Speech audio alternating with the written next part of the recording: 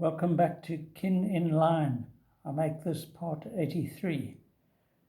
So I'm going to just take a break from those political dual art pages, and I found in amongst them a couple of drawings from life again, such as this quite characterful one of a chap with a pipe, done on print-out paper. So you can actually see at the bottom here, there's from Marlene Berger, who I mentioned earlier. That's her name there. Yeah, so this was always came up on the top of the screen, was all this sort of detail. So I don't know who this guy was, but I think he must have been in the Herald office when I drew that. These others I must have torn out of my reporter's notebook, and they were probably done while I was out on a job or something and just had a moment to sketch people. And so I got this woman probably standing in the street somewhere.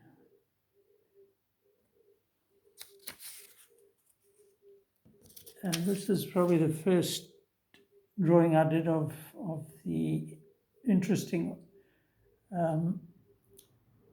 sort of built environment, or the heritage buildings and monuments in Port Elizabeth, which are they should be its biggest tourist attraction, but have recently obviously been criminally neglected. So this is taken from the cenotaph in Park Drive. I think this is the guy who slayed the dragon. I forget who it was, which saint. Anyway, it might be St. George, because it's St. George's Park. Anyway, I think this is some quite nice drawing here. It looks like even this model moved his head a bit.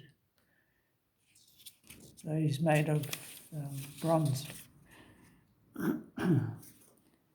Here, in traditional sort of garb, not sure where this was or what he was up to, but he seems to be holding some sort of orb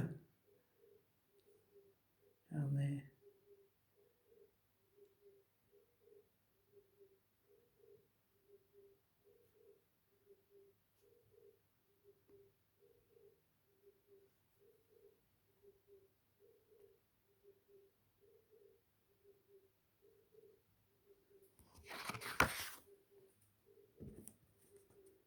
And I'm not sure where I did these either, but my fascination with birds has continued. Let's try and get them in. Look how this one is clearly on water. There's a reflection there, and that one's somehow perched on something. No idea where I did them. But again, these are effects you don't get with a camera. You'll get a lovely, accurate depiction of a bird, but you won't get an animated thing like that.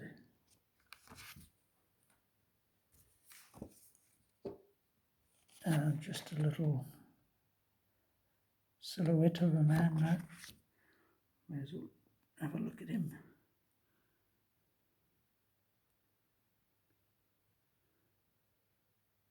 See, each of these I could easily develop into a painting, but for what purpose? I like this just as he is, small, tucked away in the corner of this page. That to me is, look, if in terms of longevity, this isn't going to survive as long as an oil painting on a canvas. But then again, maybe someone else can just do that for me. I'm not sure here again where I did these, but it looks like people dressed up as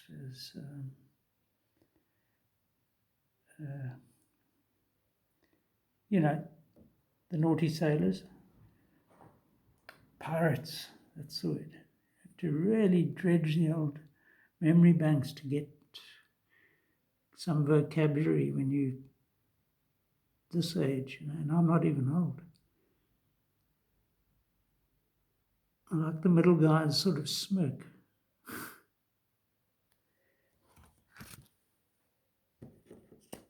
Now, I should remember this guy's name because he was a sub-editor on the Herald when I first joined, towards the end of his career.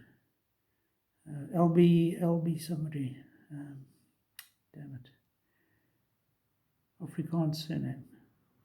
I remember he once put I wrote this long political spiel around about 88 about the impasse in the political situation, and he ran it at length on the op-ed page. And I don't think the editor or anyone really knew. Somehow somebody just wangled it and it got in. Unabridged, like took up a whole page with a big picture. Anyway, this isn't Albie, but another sort of characterful old chap. As I said, age is the great enhances the character of men in particular, but I suppose women too. But all the wrinkles and exaggerated parts of the body like ears and stuff start becoming prominent.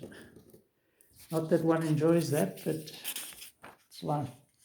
So again, here I would have been on some assignment possibly and spotted a little girl pushing her brother on a swing or something. Yeah, definitely on a swing. But whether it's a girl or boy in that swing, I don't know. Just a few lines and you've got motion, you've got the whole story. And I was still a long way from having kids, like about 5 years, which isn't so long. And yeah, I must have spotted this little child. I think he's probably holding a bottle. But again, that's the physique of a child, you know. Probably a nappy under those baggy brooks. And this is the least effective of them, so we'll just skip over it. So now, if I can, I'll return to these doodle art things with a message. If I can just extract this one. So this again I kept for the drawing. But then I see this was Jenny from the Urban Foundation who contacted me. So this was a message left on my notepad. Look at this, nominations, coloured election. So there we had these racial elections for the tricameral setup.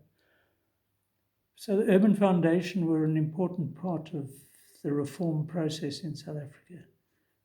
They used to host, they did good work in providing for urbanized Africans to get housing. Roger Matlock was a key player in Port Elizabeth. And they also hosted meetings between the government and the UDF, for instance, in a sort of neutral environment. So it was important for those sort of links to be made. Here again, my little drawing is what I kept this for, but is IDASA staff meeting when, what do you nationally...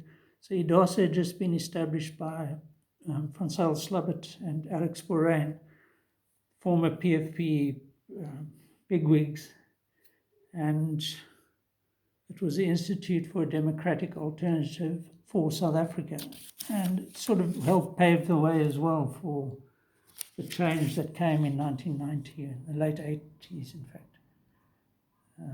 Here we've got the drawing of this guy, for which I kept the page. That's him in focus. Again, another painting could emerge out of that. But here we've got Stan Anderson, May Baker. So a prominent businessman was, I think he was also behind the Urban Foundation or something similar. And Cabal moved to safety. Yeah, I'm not sure what that was about.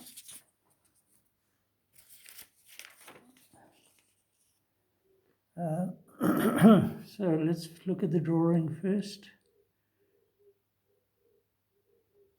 A little tree with a face.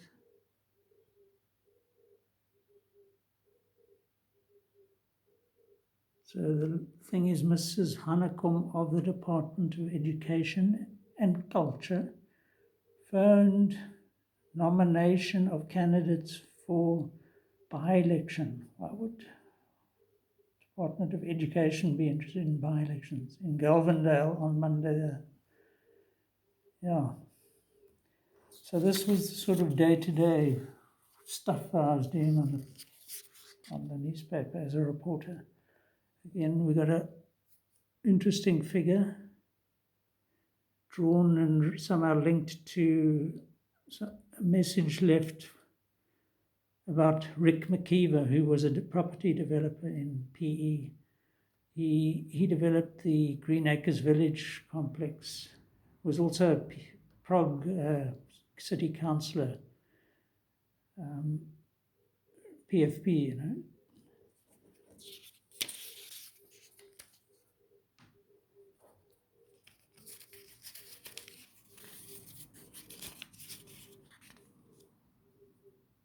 And I think we might have to leave it at this unpolitical girl with a very sort of trendy outfit. Yeah, I mean, the design fundies would probably go for this. With those pockets like slanted. Let's have a look at this face.